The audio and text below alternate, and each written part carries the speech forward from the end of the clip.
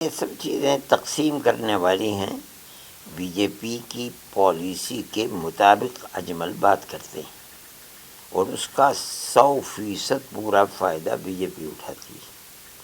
مسلمان کو الگ کرنا کرتے ہیں، ہندوؤں کو الگ کرتے ہیں، اس لیے ہم اس کے مخالف ہیں۔ ہم نے ان کو سمجھایا تھا، وہ ہماری جمعیت علماء کے صدر تھے، جب وہ نہیں مانے تو ہم نے انہیں الگ کر دیا۔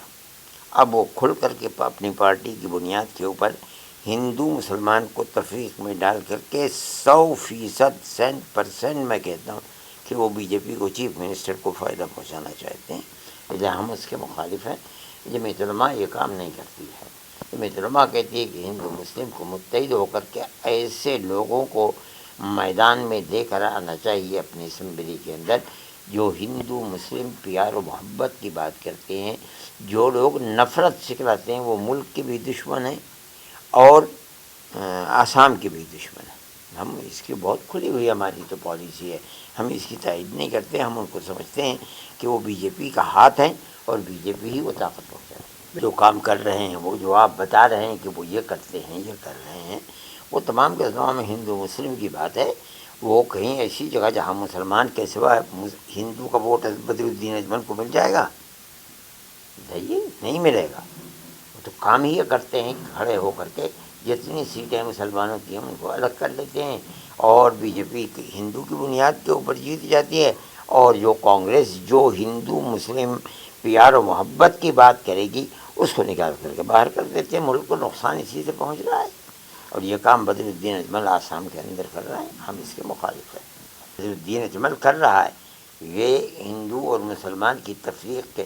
آپ دیکھیے کہ جتنے ممبر ان کے ہیں اس وقت تک تھے پچھلے الیکشن کے اندر سب مسلمان تھے، اور اس کے بعد اس سے پہلے وہ مسلمان تھے۔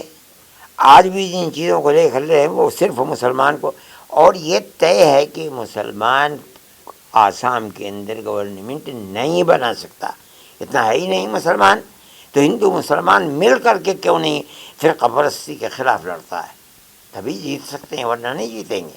اس لیے بدر الدین اجمل کو جمعیت علماء سے نکالا تھا۔ ہم یہ سمجھتے ہیں کہ جب تک جمعیت علماء میں رہیں گے، جمعیت علماء کو اور ملک کو نقصان پھر دیتے رہیں گے، فائدہ نہیں دیں گے ان سے۔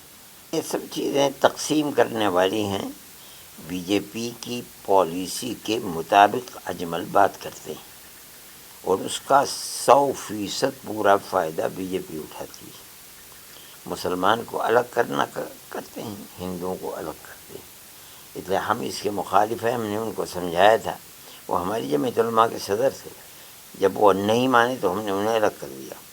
اب وہ کھل کر کے اپنی پارٹی کی بنیاد کے اوپر ہندو مسلمان کو تفریق میں ڈال کر کے 100% میں کہتا ہوں کہ وہ بی جے پی کو چیف منسٹر کو فائدہ پہنچانا چاہتے ہیں۔